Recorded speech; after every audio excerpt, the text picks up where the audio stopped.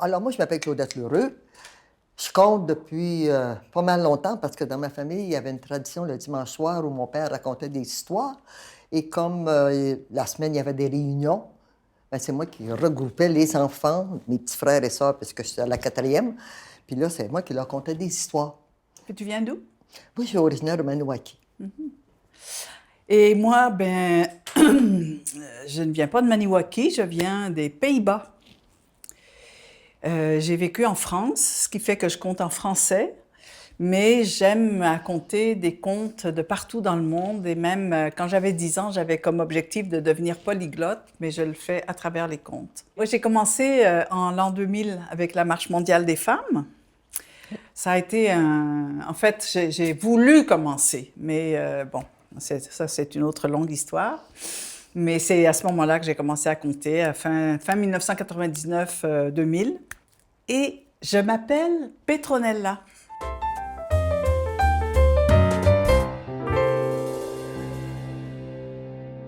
Bon, c'est moi qui ai commencé là, c'est à ton tour.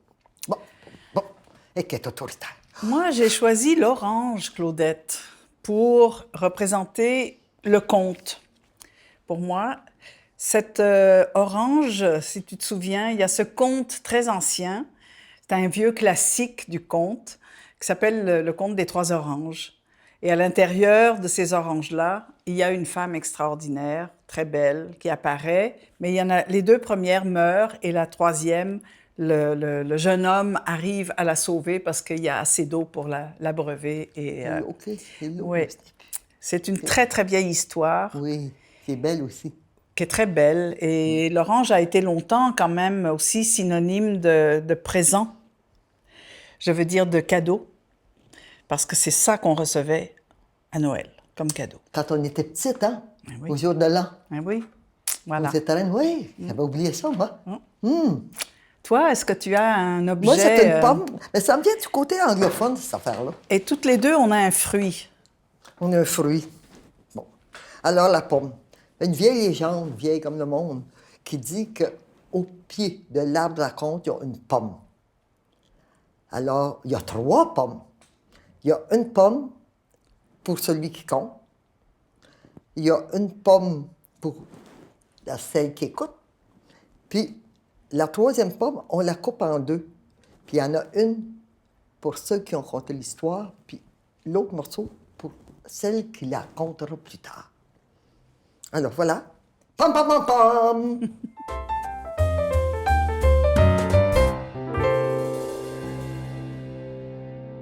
Ça, c'est pour le conte. Mais toi, ton univers, qu'est-ce que ça a été dans le conte? Ben, moi, c'était à cause de mon père qui, le dimanche soir, après le souper, quand on était tout repus puis que la chicane pognait, mon père disait « Chut, chut, chut, chut, la poule à Mme Moreau est malade. Puis si vous ne restez pas tranquille, vous ne la saurez pas, la belle histoire. » Alors, quand j'ai commencé à compter, la poule à Mme Moreau est arrivée. Spontanément, j'ai commencé à compter mes contes de même. C'est très intéressant parce que quand je disais « Chut, chut, chut, la poule à Mme Moreau est malade », je voyais dans quel état j'étais. J'étais-tu là, mais donc j'étais off ou in. Alors, la poule à Mme Moreau, je n'ai pas apporté de... C'est un peu comme à là. Chacun a sa poule. Alors, vous imaginez la poule à Mme Moreau comme vous voulez. Elle est en chair et en or. Voilà. Ben moi, j'ai choisi le galet. Puis, c'est Jocelyn qui parle de ça. Jocelyn Bérubé, qui est un de nos héros conteurs. Notre père à tous. Notre père à toutes. Et c'est le galet. Et, parce que, d'une certaine manière, le galet est un objet parfait qui a été roulé par les flots, lissé par les flots pendant les siècles. Et pour moi, finalement, les contes, ceux auxquels j'adhère, ceux qui me touchent profondément, les contes classiques, quoi. C'est comme des galets, c'est des objets parfaits qui sont vraiment très, très forts, très solides, très puissants. Alors, j'aime beaucoup cette image de galet. Puis quelque chose de doux puis de très dur en même temps dans le galet, hein? Oui, très solide. Solide, je voilà. dirais. Merci. Ouais. Tandis que la poule à Mme Moreau, bien, est un peu intemporelle, quoique l'eau n'a pas pogné la fièvre aviaire ni le COVID, là, tu sais. elle continue à voler de ses propres ailes, je dirais. Parce que c'est une poule Ben, la volante. poule, elle est un peu comme le corbeau. Elle a toujours été là et elle sera toujours là. Jusqu'à la fin des siècles. Amen. Voilà.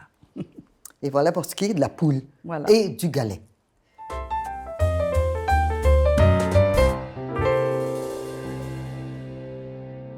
Claudette, depuis qu'on se connaît, depuis 1993, on n'a jamais eu un vrai moment entre nous pour parler de ce qui nous anime beaucoup dans le conte, c'est-à-dire la formation. On a été toutes les deux pendant 20 ans, 25 ans, celles qui donnaient les ateliers d'initiation et celles qui aimaient à transmettre cette connaissance et cet amour pour les contes. Croyant vraiment que le conte est un art de transmission.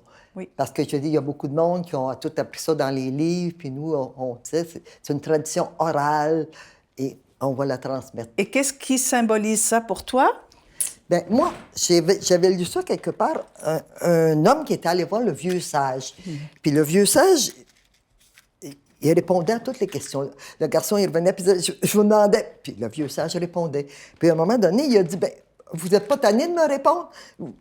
Il dit, non, non, non, non, parce que toute ma connaissance, c'est comme la lumière d'une chandelle. C'est pas parce que je t'allume avec ma chandelle que je perds mon feu. C'est vrai. Alors, partant de ça, j'ai fait de la formation. Magnifique.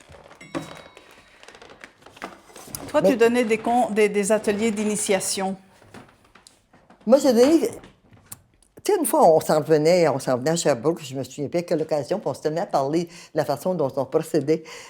Et les ateliers que je donne, moi, ils s'appellent Praticons. Et toi, ils s'appellent? Ben moi, il s'appelle Atelier d'initiation. Alors, ça teinte un peu ce qu'on fait l'une et l'autre. Oui. Puis je pense que moi, j'ai tenu à cette expression-là parce que je fais partie des personnes qui sont très proches de ce qu'on appelle le conte traditionnel, que j'appellerais plutôt peut-être le conte classique. J'aime bien penser que dans l'univers du conte, on aurait intérêt à s'intéresser à tout ce corpus absolument incroyablement vaste de récits reconnus par l'UNESCO comme trésor de l'humanité et que les conteurs et tout le monde s'intéresse à ça, à ce corpus-là qu'on appelle le conte traditionnel ou la littérature orale, mais qu'on pourrait appeler le conte classique d'une certaine façon, ou le conte tout simplement. De la même façon que dans le domaine de la musique classique, toute la musique ne peut pas exister sans faire référence à la musique classique. Je trouve que le parallèle reste intéressant de mon côté. Bien, c'est ça. À part ça, tu sais, quand on donne les ateliers où tu dis les contes, là, ça fait longtemps que ça marche. Puis si ça continue à marcher, c'est que ça se tient debout parce qu'il y a un début, un milieu, puis une fin. Ouais. On peut appeler ça comme tu dis, on dirait que c'est un peu péjoratif. Oui. Tandis que le conte classique, tu me parlais de ça ce matin, puis je trouve ça intéressant à garder comme expression. Puis dans les contes, dans les ateliers, moi, j'insiste sur le fait que on travaille sur les contes classiques, sur les contes traditionnels, et on travaille avec l'oralité. On a, je pense, beaucoup de difficultés à imaginer aujourd'hui de pouvoir s'approprier des récits sans le support du texte, sans le support de l'écrit. Alors que l'écriture n'a pas toujours existé et que pendant des millénaires, les gens se transmettaient les histoires de bouche à oreille. Et moi, j'aime beaucoup travailler de cette façon-là, c'est-à-dire de travailler et de faire travailler sans le support de l'écriture, ce qui déroute souvent. Mais aussi, moi, je trouve que le fait de compter ce que moi j'appelle des contes traditionnels, des contes classiques, c'est que les élèves qui sont là à cet atelier-là, bien, ils apprennent 8 contes. Autrement, ils n'entendront peut-être jamais des contes, ils en savent un, puis ils entendent les autres participants qui comptent des contes. Et je trouve que ça aide pour la formation. Là. que ça ne soit pas perdu. Parce que ça serait bien dommage, parce qu'il y a tellement des belles histoires. Mais oui. Puis quand tu parles de classique, moi, j'avais pas pensé à ça, comme je l'ai dit plus tôt, c'est que ça englobe beaucoup plus, parce que quand on parlait des contes traditionnels, c'était comme tous les contes d'ici autour, là. Tu sais, les contes qu'on connaissait. Tandis que là, ça ouvre un univers de contes de partout dans le monde. Oui, puis le mot conte, c'est 5 lettres, c'est l'arbre qui cache la forêt, parce que derrière le mot conte, il y a l'expression littérature orale. Dans la littérature orale, il y a les mythes, les épopées, les légendes, les contes merveilleux et les petites formes qu'on appelle, qui ne sont pas les contes courts, mais tout ce qui est proverbes, dictons, devinettes, énigmes, comptines, mange ta main, garde l'autre pour demain. Ouais. Mange ton pied, garde l'autre pour danser. Ouais. C'est très vaste comme corpus, comme univers. Et c'est de ça que moi je parle dans mes ateliers d'initiation. Et entre autres, comme premier exercice, à part le prénom, je leur donne, par exemple, je choisis le conte Les Trois Poils du Diable, mettons, version Grimm, que je divise en autant de pages qu'il y a de participants, et je leur fais lire toute l'histoire en lisant chacun leur page. Puis après, je ramasse toutes les pages et je leur demande de refaire Donc, premier exercice d'oralité en laissant le texte de côté. Et ils sont tous persuadés qu'ils ne vont pas s'en souvenir. Mais l'histoire, elle se reconstruit très facilement. Parce que ce sont des histoires qui sont très bien construites, très solides et très facilement mémorisables, et avec une autre mémoire que la mémoire du par cœur. Ça sert comme une mémoire du cœur. Oui, Luigi Rignanese appelle ça le par corps. Le par corps. Oui. Ça ne m'étonne pas de lui, ça. Non. Et puis, pourquoi les contes classiques? Pourquoi moi je m'obstine sur les contes classiques? Je l'ai dit, je trouve que c'est une espèce de coffre à trésors incroyable avec des millions de pépites qu'il s'agit de dépoussiérer et de ramener à la lumière. Mais je trouve aussi que la plupart de ces histoires-là, que ce soit au niveau des mythes ou au niveau des contes merveilleux, mais les contes merveilleux particulièrement, je sais que c'est une partie de tout ce corpus-là, mais les contes merveilleux sont des contes très, très importants, sont des contes initiatiques d'une certaine façon, et qui portent en eux une dimension universelle qui fait qu'ils nous rappellent qui on est, d'où on vient. Et où on va. Et comment on est tous semblables. Alors, il y a cette richesse dans les contes dits traditionnels ou classiques. Et on dit beaucoup, il y a du monde qui parle de morale dans les contes, mais moi, je trouve que c'est comme des enseignements. Mais oui. On remarque que quand on écoute des contes, que c'est Tijan. Tijan, il est souvent généreux. La vieille, elle dit, tu me donnerais-tu un petit morceau de pain? Les deux grands frères disent, ben, il n'est pas assez pour moi, là, toi. Mais Tijan, il en donne la moitié. Ouais. Puis là, c'est elle, il donne le secret. Puis là, lui, il peut aller chercher la princesse. Mais le mot moral est très judéo-chrétien, là. Et donc, c'est une vérité, alors que les contes, c'est une ouverture sur le Absolument. C'est sur des la enseignements vie. que j'appelle, Oui, moi. Absolument. C'est pas des fables. Rien Non. ne sert à courir, il faut partir attendre, là. Tu sais, genre, c'est clair, là. Ouais. Tandis que dans les contes... Voilà. Moi, ma contribution à la tradition, ça a été beaucoup un atelier que j'ai appelé La Mère aux prunes, qui vient de Mother Goose, du côté anglophone. Alors, j'ai fait ça pendant une vingtaine d'années.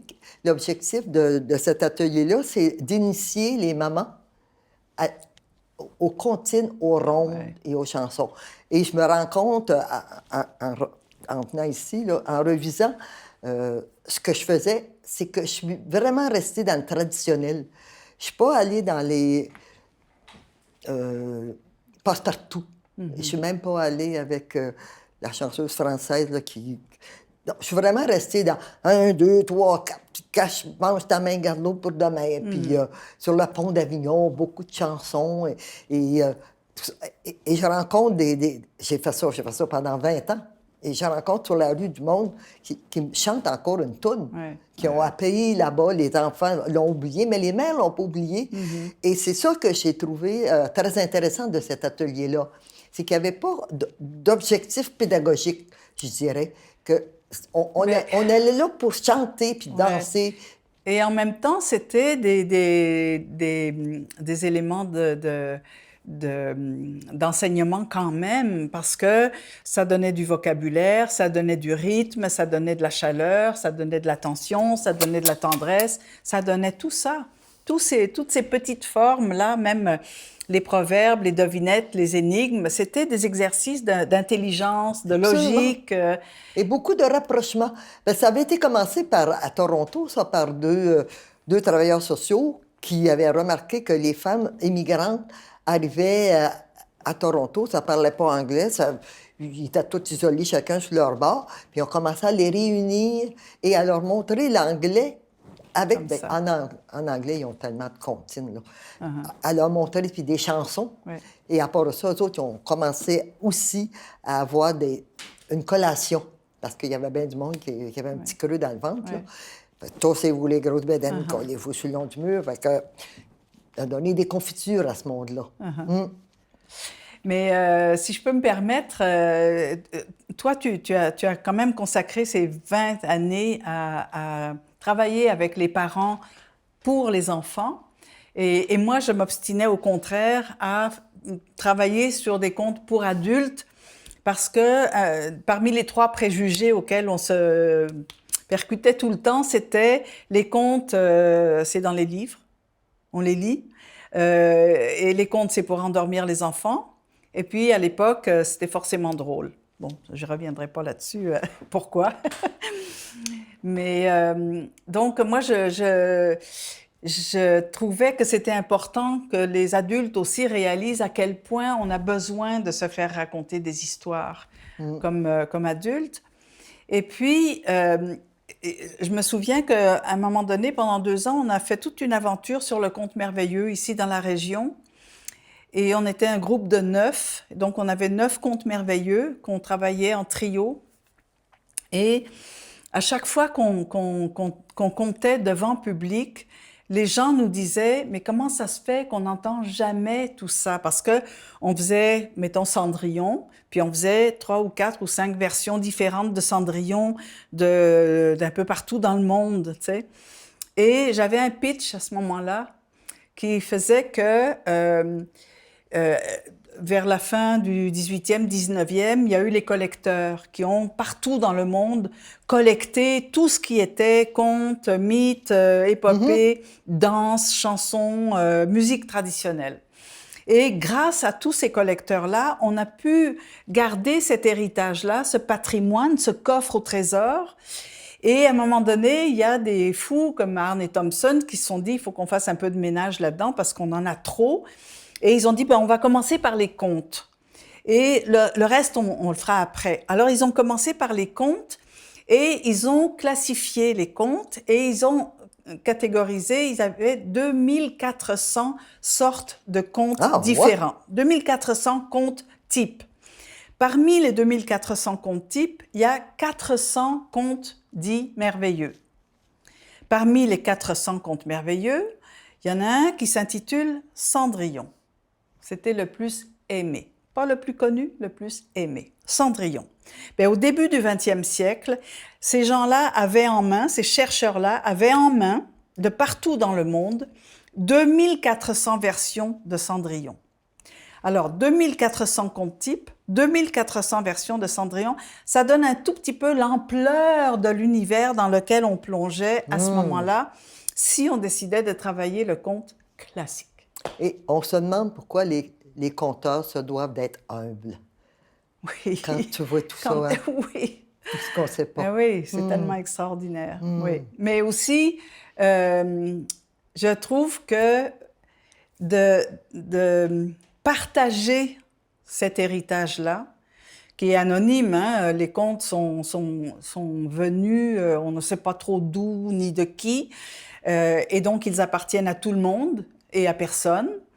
Et de partager ces contes-là de partager tous ces récits-là qui portent cette dimension universelle qui fait qu'on est tous semblables, ben ça fait que il y a une énergie qui circule vraiment quand on est en présence et qu'on compte ces comptes-là. Et tout le monde y trouve son compte à quelque part, oui, littéralement. Oui, oui, absolument. Voilà. Mais je trouve que c'est un... De ce que j'ai fait, moi, dans le conte, c'est ce que j'ai le plus aimé, d'ailleurs. Les praticontes et puis les mères aux prunes, j'ai trouvé ça, à la limite, quasiment plus intéressant que de compter. Oui. Très souvent. Compter, on devient... En tout cas, je parle pour moi. C'est que je deviens comme en performance. Puis hey, là, il faudrait que je sois bonne. Il faudrait que je sois... Moi, si tu bien bien, écoute. Tu sais, t'es toute pognée par ça. Tandis que tu donnes l'information, pof, tu y vas à la mère aux prunes. Hein, ouais. Il y a quelque chose qui est presque, j'ai envie de dire, familial. Oui, oui. Où est-ce que tu fais vraiment de la transmission. Oui. Mais je pense que ça tient aussi à la nature du conte, ce côté intime, en quelque sorte, de partage et de transmission, parce que ça vient de tellement loin. On est comme le bout d'une chaîne humaine tellement longue que ça se fait un peu tout seul quand on adhère à ça. On ne peut pas faire autrement que de partager les contes. Ouais, mais je sais pas, moi. Il y a partagé, puis il y a du monde qui n'ont pas ça, là. Le conte, il y a du monde qui n'ont pas envie de devenir, mettons, formatrice ou... Oui, absolument. Oui. Qui n'aiment pas ça, faire ça.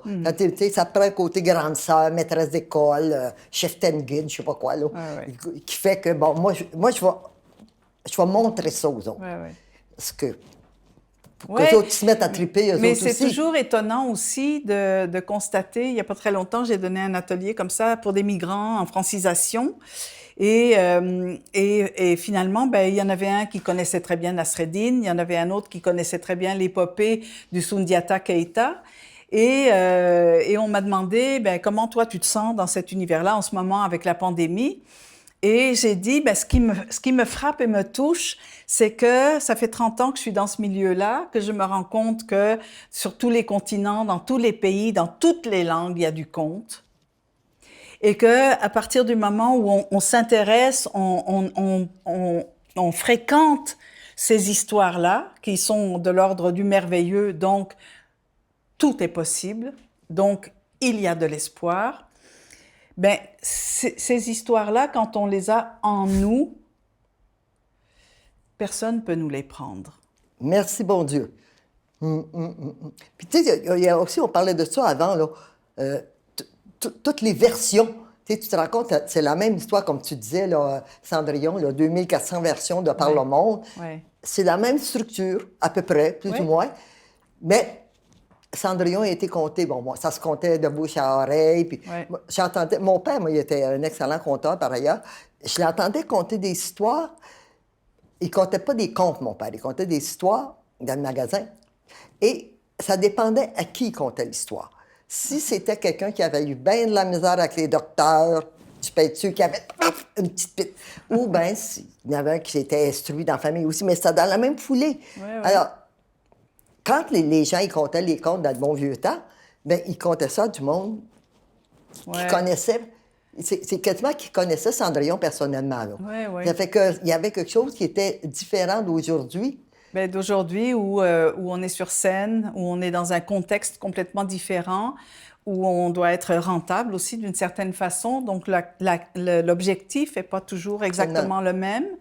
Et ça change beaucoup ça change beaucoup comment on compte, ce qu'on compte, quelles histoires on choisit. On est dans un moment où l'individualisme est très, très, très, très à la mode, très fort, très puissant, l'égocentrisme même, qui est complètement le contraire de ces contes traditionnels où le partage n'était pas forcément... Il y avait de tout dans ces contes-là. Hein. Il y avait des bons, il y avait des monstres, il y avait des diables, il y avait des dragons, il y avait la vie, jalousie, la mort... la générosité, il y avait tout ça. Oui, et ce que j'ai trouvé intéressant, c'est quand j'ai découvert que les contes merveilleux qui ont tout ça, quand on les observe sans... Moi, je suis pas très dans l'analyse psychologique, ça m'énerve un peu, ça, puis je suis pas sûre que ça nous aide vraiment. Mais quand même, d'avoir conscience du fait que dans ces histoires-là, qui sont très, très, très, très anciennes, qui sont souvent rattachées au mythe, tous les personnages sont un volet de l'être humain. Donc, tout ce qu'il y a dans ces contes-là, là, ça vient nous chercher Un profondément. petit bout de nous autres, là. Oui. Ouais.